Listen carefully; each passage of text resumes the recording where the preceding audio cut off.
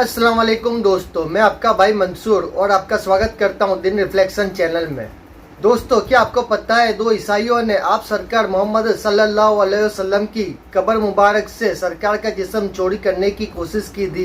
ये बात 800 साल पहले की है। उस वक्त सुल्तान नूरुद्दीन जंगी दमिश्क के सुल्तान थे और बहुत नेक और पाबंद इंसान थे। एक बार जब सुल्तान नूरुद्दीन ईसा की नमाज पढ़कर सो रहे थे कि अचानक उनकी आंख खुल गई और उठकर बैठ गए। उनकी आंखों में आंसू थे। कहने लगे, मेरे होते हुए मेरे आका मेरे नबी सल्लल्लाहु अलैहि वसल्लम को कौन सता रहा है। और फिर चंद लम्हों पहले उन्हें जो ख्वाब आया था जिसमें सरकार मदीना ने दो लोगों की तरफ इशारा करके बताया कि ये मुझे सता रहे। अब सुल्तान नूरुद्दीन को सुकून कहाँ था। उन्होंने चंद साथियों और सिपाहियों को लेकर दमिश्क से मदीना जाने का इरादा कर लिया। मदीना पहुंचकर सुल्तान ने उन दोनों ईसाइयों को कैसे पकड़ा, तो वीडियो को पूरा देगा और कमेंट में अल्लाह अकबर जरूर लिखे। तो वीडियो पसंद आए तो लाइक और चैनल को सब्सक्राइब जरूर करें। चलिए वीडियो शुरू कर दें। बिस्मिल्लाहिर्रहमानिर्रहीम। अस्सलामु अलैकुम प्यारे दोस्तों, आज का जो वाक़या हम आपको बताने जा रहे हैं उसे सुनकर आपके रोंगटे खड़े हो जाएंगे। किस्से को शेख अब्दुल हक मुहद्दिस दहलवी ने अपनी किताब तारीख़ मदीना में लिखा है कि आज से 800 साल पहले मिस्र में एक बादशाह हुआ करता था। उसका नाम सुल्तान नूरुद्दीन जंगी था। वो बहुत नेक बादशाह था। हर वक्त अल्लाह का जिक्र किया करता था। वो रोज़ाना रात में 1000 बार हुजूर सल्लल्लाहु ताला अलैहि वसल्लम पर दुरूद शरीफ पढ़कर सोता था।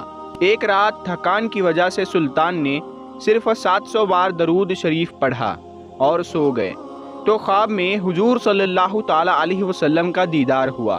आपने फरमाया कि ए नूरुद्दीन, आज मेरे पास 300 दुरूद कम क्यों भेजे। ये ख्वाब देखते ही सुल्तान की आँख खुल गई और उन्होंने उस वक्त 300 बार दुरूद शरीफ पढ़कर 1000 की तादाद मुकम्मल की। सुभान अल्लाह। प्यारे दोस्तों, इस वाक़ये के कुछ ही दिनों के बाद सुल्तान नूरुद्दीन एक रात सोए हुए थे कि उन्हें ख्वाब में हुजूर सल्लल्लाहु ताला अलैहि वसल्लम का दीदार हुआ। आप सल्लल्लाहु ताला अलैहि वसल्लम ने सुल्तान से कहा कि ए सुल्तान, दो ईसाई आदमी मेरे जिस्म को कब्र से निकालना चाहते हैं। तुम जल्दी से मदीना आकर उनकी खबर लो, वरना मेरा जिस्म इन ईसाइयों के हाथ में चला जाएगा।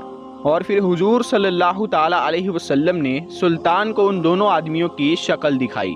उसी वक्त सुल्तान की आँख खुल गई तो वो बेचैन हो उठे कि आखिर ये कैसा ख्वाब था और हुजूर सल्लल्लाहु ताला अलैहि वसल्लम मुझसे क्या कहना चाहते थे। तो सुल्तान नूरुद्दीन जंगी बिस्तर से उठे और वजू करके 2 रकात नमाज पढ़ी और फिर लेट गए। आँख लग गई और फिर ख्वाब में हुजूर सल्लल्लाहु ताला अलैहि वसल्लम का दीदार हुआ।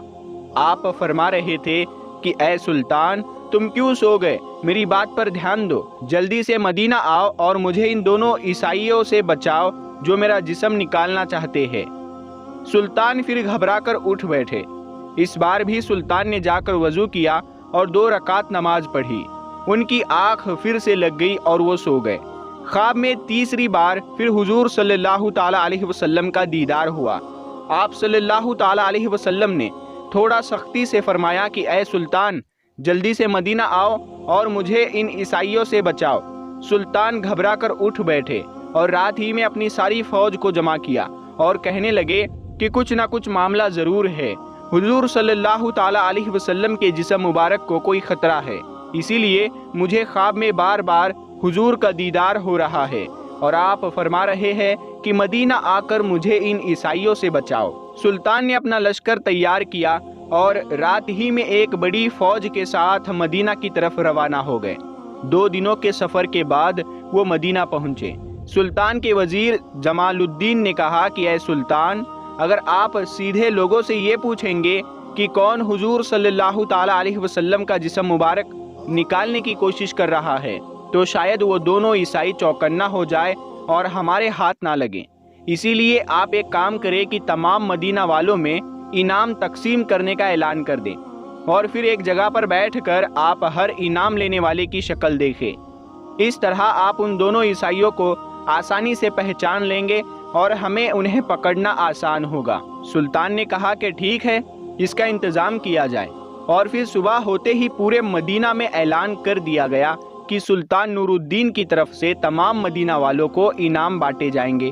انعام تقسیم کے وقت سلطان ایک کرسی پر بیٹھ گئے اور وزیر جمال الدین لوگوں کو ایک ایک کر کے انعام دینے لگے۔ سلطان ہر آنے والے انسان کا چہرہ خوب غور سے دیکھتے، لیکن انہیں وہ انسان نظر نہیں آ رہے تھے جن کی شکل حضور صلی اللہ تعالی علیہ وسلم نے خواب میں دکھا کر سلطان سے کہا تھا کہ یہ دونوں مجھے یہاں سے نکالنا چاہتے ہیں۔ دوپہر کا وقت ہو گیا، سارے انعام بٹ گئے، لیکن ان دونوں عیسائیوں کا کوئی سراغ نہ ملا۔ سلطان نے مدینہ والوں سے پوچھا کہ تم میں سے کوئی بچا تو نہیں ہے؟ لوگوں نے کہا نہیں سلطان، سارے لوگ انعام پا چکے ہیں، اب مدینہ میں کوئی انعام پانے سے نہیں بچا۔ سلطان نے کہا نہیں، ابھی 2 لوگ بچے ہیں، وہ میرے پاس حاضر نہیں ہوئے ہیں۔ تو لوگوں کی بھیڑ میں سے ایک آدمی نے آگے بڑھ کر کہا کہ ہاں سلطان، آپ ٹھیک کہہ رہے ہیں، ہمارے محلے میں 2 اللہ کے بڑے نیک بندے ہیں، وہ اپنے گھر سے باہر نہیں نکلتے ہیں، نہ کسی سے کوئی مطلب رکھتے ہیں، صرف نماز پڑھنے کے لیے مسجد نبوی میں آتے ہیں اور پھر اپنے گھر میں ہر وقت اللہ کی تسبیح پڑھا کرتے ہیں۔ وہ دونوں بڑے نیک آدمی ہیں، ہم لوگوں کی بہت مدد کرتے ہیں اور وہ صدقہ خیرات بہت کرتے ہیں۔ سلطان نے کہا کہ میں ان سے ملنا چاہتا ہوں۔ لوگوں نے کہا کہ سلطان، آپ ان سے مل کر کیا کریں گے؟ وہ دونوں تو بیچارے دنیا سے الگ تھلگ اپنی عبادتوں میں لگے رہتے ہیں، دنیا داری سے انہیں کوئی مطلب نہیں۔ سلطان نے کہا کہ مجھے ان دونوں پر شک ہے کہ وہ دونوں تم سبھی کو دھوکہ دے رہے ہیں اور نیک بننے کا صرف ناٹک یعنی دکھاوا کر رہے ہیں اور تمہاری آنکھوں میں دھول جھونک رہے ہیں۔ لوگوں نے کہا کہ سلطان، ہمارے نیک لوگوں کے بارے میں ایسی باتیں نہ کرے، وہ بہت اچھے لوگ ہیں، ہم ان کے خلاف کوئی گستاخی برداشت نہیں کریں گے۔ سلطان نور الدین نے جب دیکھا کہ لوگ مخالفت پر آ سکتے ہیں تو انہوں نے مدینہ کے حاکم کو اپنے پاس بلایا اور انہیں ساری باتیں بتا دی کہ خواب میں مجھے حضور صلی اللہ تعالی علیہ وسلم نے ایسی ایسی باتیں بتائی ہے، اسی لیے میں ان دونوں آدمیوں سے ملنا چاہتا ہوں۔ حاکم نے کہا کہ سلطان، آپ پریشان نہ ہو، میں اس کا انتظام کرواتا ہوں، اور جو بھی مخالفت کرنے کے لیے سامنے آئے گا اسے کڑی سے کڑی سزا دی جائے گی۔ اور پھر سلطان نور الدین مدینہ کے حاکم کے ساتھ ان دونوں آدمیوں کے گھر پہنچے۔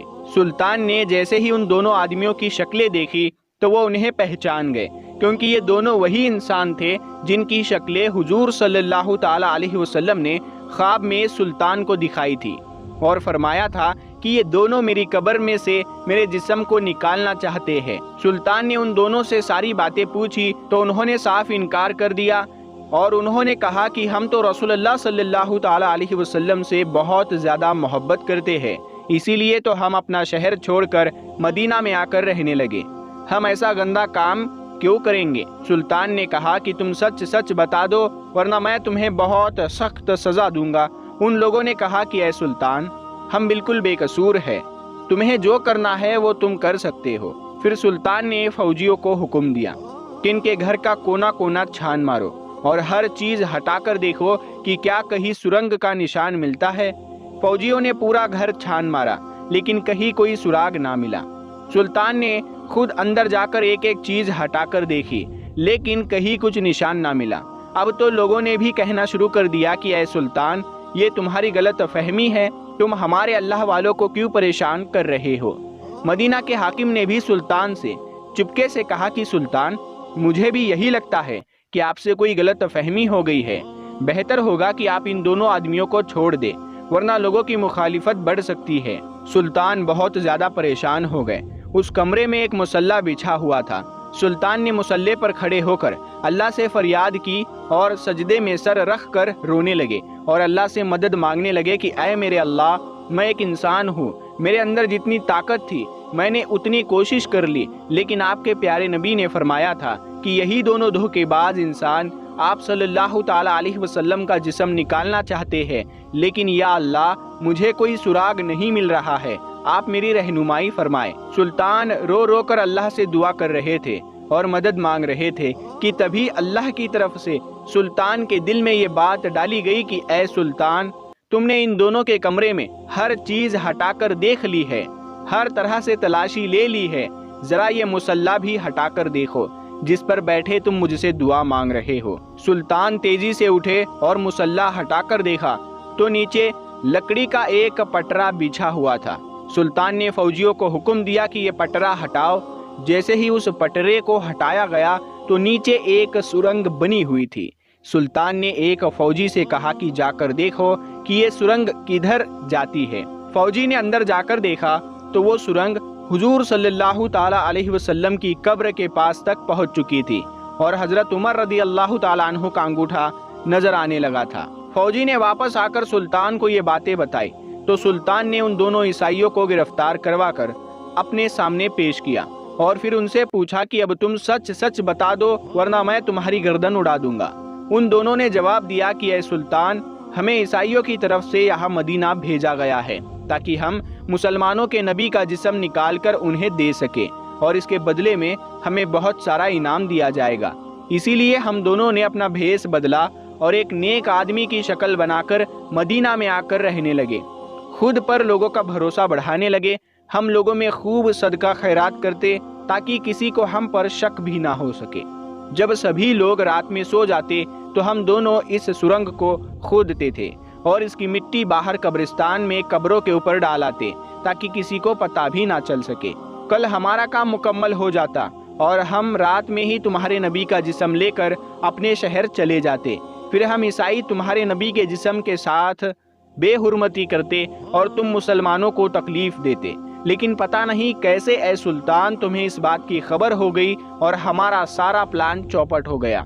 सुल्तान ने आगे बढ़कर उन दोनों के गिरेबान पकड़े और बहुत तेज उन्हें पीछे को धक्का दिया और फिर वजीर को हुक्म दिया कि इन दोनों को जानवरों के साथ बांधकर पूरे मदीना में घसीटा जाए और फिर इन्हें फांसी की सजा दे दी जाए।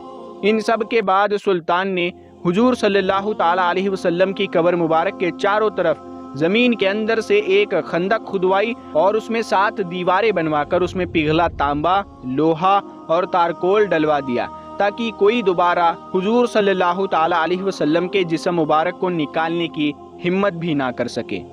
किताबों में लिखा है कि इस वाक़ये के बाद सुल्तान नूरुद्दीन मदीना की गलियों में रो रो कर अल्लाह से कहा करते थे कि ऐ अल्लाह, इतनी बड़ी दुनिया में तूने मुझ जैसे फ़कीर को इस अजीम काम के लिए चुना, इस पर मैं आपका जितना शुक्र अदा करूँ कम है।